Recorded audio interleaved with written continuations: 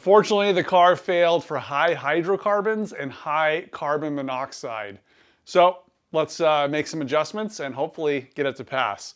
The car's never been in the California system because it's from out of state. It's never been tested for the California standards. I happen to live in Orange County, which is the highest restricted levels that are allowed. You're only allowed, I think, 0.7 on the CO number. So right now we're at like above 2. So we got a ways to go. I need to swap the ECU for this one. This one allows me to diagnose the entire system while the car's running. So to do that, I got to take the seat out.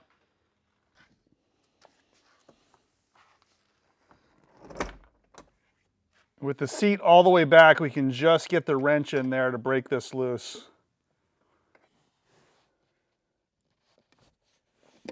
And there's a nut plate there. You don't want that to just fall out. So I got to put the camera down, get 2 hands, make sure we don't lose any hardware.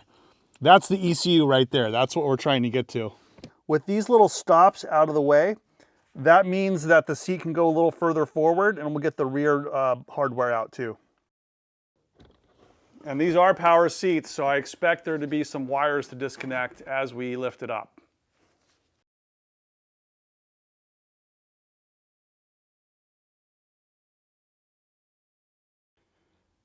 Man, all I found under the seat was a penny and an old button.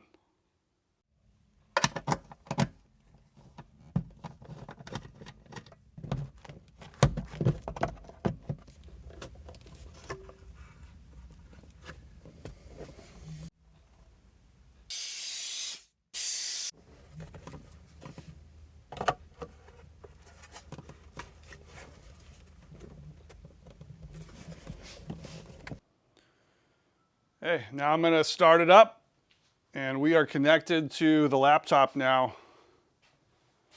So we'll be able to monitor exactly what's going on.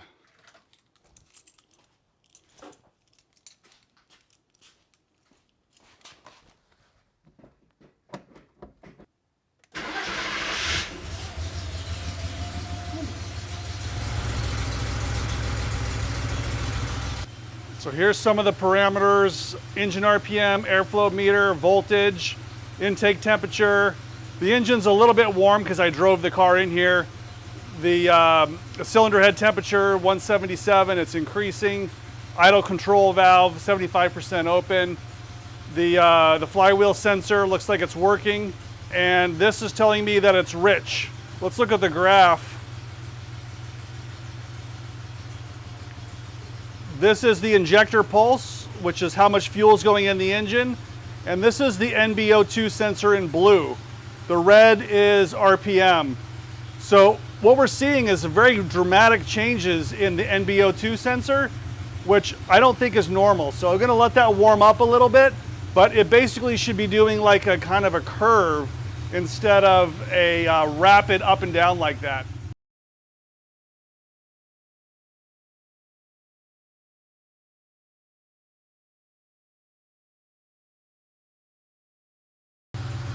So this side of the curve means it's rich, this side means it's lean.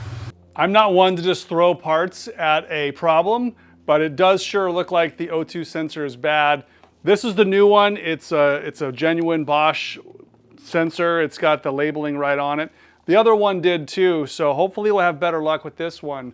But my thought is, before I put this in, I'm gonna put the wideband sensor in and see how rich the car runs with no O2 input. So that's kind of its baseline. If it's running really rich and it's burning out the O2 sensor because it's just flooding it with fuel, then the O2 sensor can only correct it so much. So I want to get a baseline reading before the catalytic converter of what the wideband air-fuel ratio is.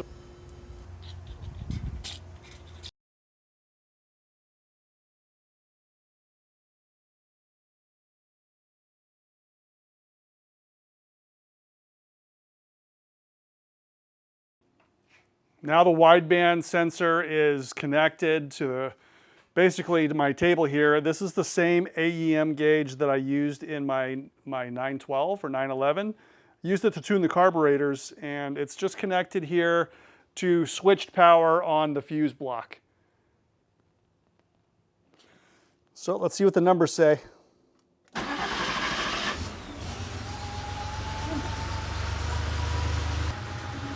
It's on the rich side, so I'm just going to let it warm up a little bit.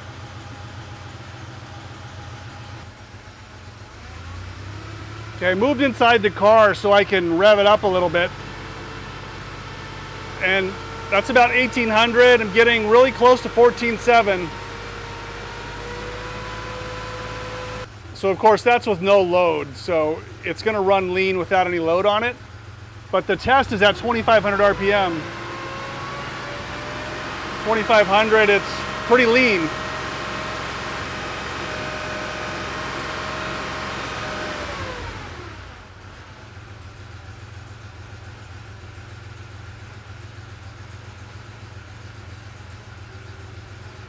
So at idle, it's 14.7. So I don't think I'm going to make any adjustments to the engine. The engine's running pretty smooth and actually really nice. So I think I'm just going to replace the narrowband O2 sensor and go for a drive and see what the laptop says.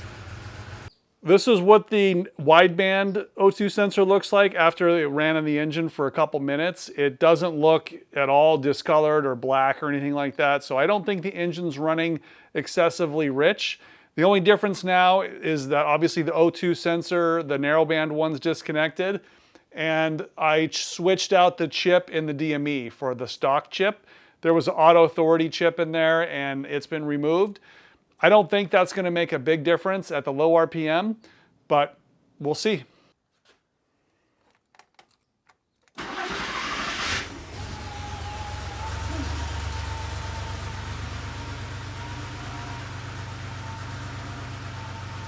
Okay, here we go again. It's showing lean, which isn't good.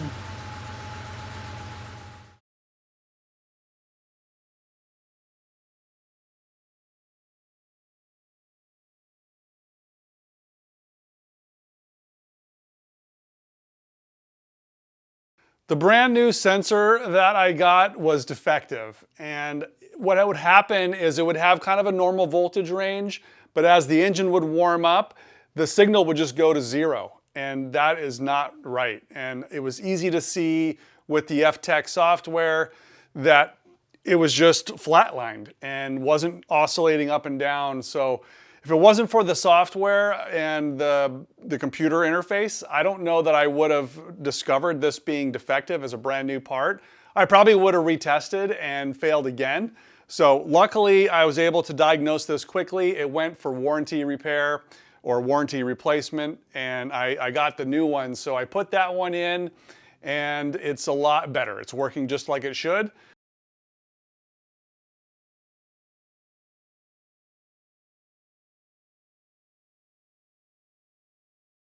I actually did some more work and upgraded the lights in the garage again. Let me show you those. Okay, here's how it looks before. I have these LED strip lights up here. I also have some LED lights that plug in the receptacles, more strips over there, and then there's 2 big lights on that side. And the doors are all closed, so if I turn the lights off, it'd be pitch black in here. So that's the existing setup. I have the camera settings fixed, so when I switch on the new lights, you should see an actual difference. Okay, everything's on now, the existing lights along with the new lights. I'm gonna leave it like this because the more the better. It's really a big difference. It's really bright. It's not super stark or flickering. It's just a steady, bright light, which I really like. I decided to wire these together, and they actually go to a plug here on the wall. So I can unplug this and knock out just 2 of the lights. And the reason why I like that is because if I'm welding, I can weld like on this side of the garage, and you kind of want it to be slightly dark when you're welding, so you don't get light scattering in the back of your helmet. It makes it really tricky to weld when there's light flooding in your helmet. So I like to be able to actually pivot these lights here. These are pivotable, and then these I can turn off. So I really have the best of both worlds now. It is super bright in here. So the overhead lights are awesome, and I still like these headlamps. These things are really great when you're under the car, and I've been using these a lot lately. I recommend the headlamp and also these new lights. I'm gonna put a link in the description below. The company is offering, I think, 5% off, so no more lighting concerns at all. I have the ability to switch it light, dark, whatever direction I want, so definitely happy with the lights. Check them out, description below. These come in a 4-pack, the new LED lights. They come in a 4-pack. They're called Vapor LEDs. And I think they're around 200 bucks, but it's really worth it. If you've endured some of my early videos that were like a dark dungeon, I appreciate you. Things are continually improving on the channel.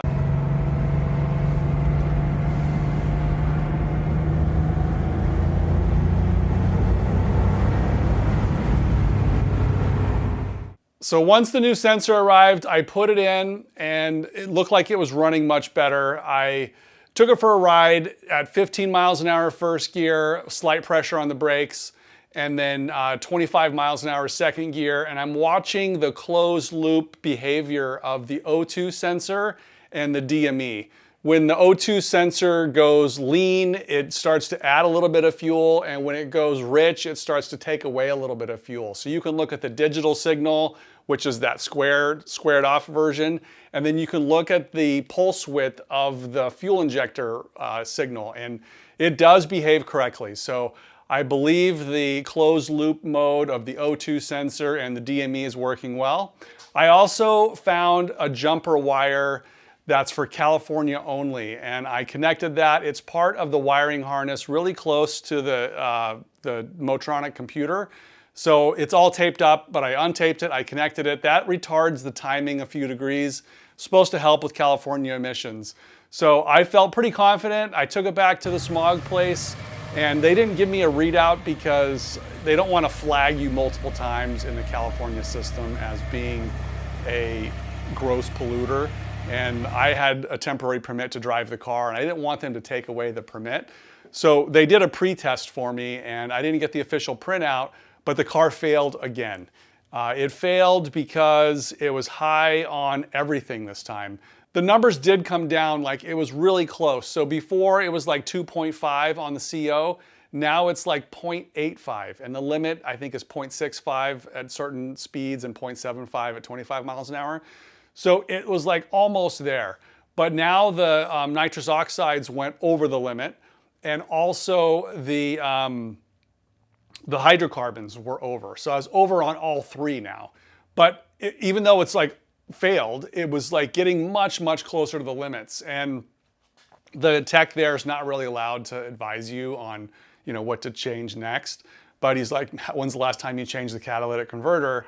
And I'm like, it's probably the original catalytic converter. So that was kind of a little wink, wink. This is what I would do next. So I took it home and started looking for catalytic converters.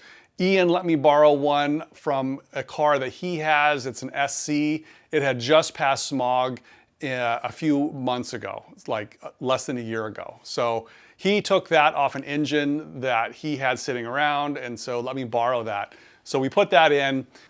And then I also checked for some vacuum leaks, because on cold start, like dead cold, when I would run the OBD software from FTech 9, it would show that the car would immediately go lean. And normally on cold start, the car is designed to run rich. There's a whole startup sequence. I know that the temp sensors are working. Actually, every single input to the DME, like the throttle switches, the high-speed switches, the AC compressor, the coating plug for the California emissions, every single input for the DME is listed in a table format. So I was able to check every little thing. The only thing it won't tell you is if you have a vacuum leak, which, because it was lean on startup, I thought maybe I do have a vacuum leak. So I did go through, I have a smoke test machine. I went through and I inserted it into like the brake booster vacuum port. Also, there's a port that goes right to the oil tank. So I was plugging up all kinds of things and putting smoke in the system. And I did find some cracked hoses, which I had to borrow from my other 3.2 engine. And I got those doctored up. I actually put some heat shrink on one of the I think it's like a PCV valve or something. It's right on top of the oil tank. All the oil vapors get circulated in the oil tank, and then they get evacuated into the engine. So one of those had some cracks on it. I didn't see a lot of leakage coming out of it, but I think it was enough to cause it to run lean on startup. So then sure enough, when we pulled the catalytic converter out, you could tell clear as day that it had been punched out. All the honeycomb and all the elements, everything had been completely hogged out. So it was like as if there was no catalytic converter. That's the honeycomb stuff that's supposed to be in there.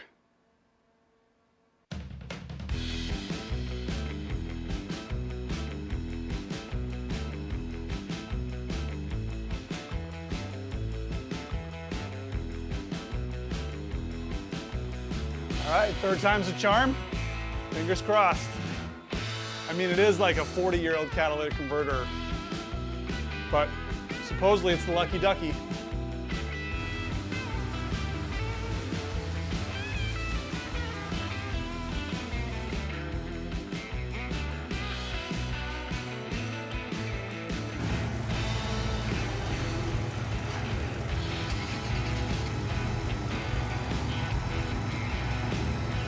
It passed. It's been a few days since I got the results, and I've actually been able to pick up the plates. So now I'm 100% legal to drive this car in California now. The test went pretty well. It was close. Like, it did pretty well on the CO percentage. I got 0.27, 0.28. So that's well below the limit of 0.76 and 0.65. The NOx NO is also pretty good. I had 368, 369. Limits are like around 800 on average. So well below on those, but the hydrocarbons were like right up to the limit. The limit was 121. I got 114 at 15 miles an hour, and at 25 mile an hour, the limit is 96 and I had 92. So I don't care, it passed. It could be that because this engine's been running for who knows how long with a bad O2 sensor, it could be that the valves and combustion chambers are pretty gummed up with carbon. So I think the more I drive it and, you know, kind of give it that Italian tune-up, I think it'll basically run cleaner from here on out. But that's the results, guys. It was a lot of hoops to jump through. Luckily, I was able to get a good used Cat, but I don't know if they're even available brand new. And I was gonna use a MagnaFlow Cat brand new, but it would have been a weld-in catalytic converter, and it actually isn't even legal in California. So it's really a kind of bureaucratic red tape kind of process. But at least it's over, and this car, as you guys know, is a rental. It's now back on the market for renting. So if you're looking for something to do or enjoy the California sunshine, come take a look and enjoy the car. It's actually really fun to drive. Cheers.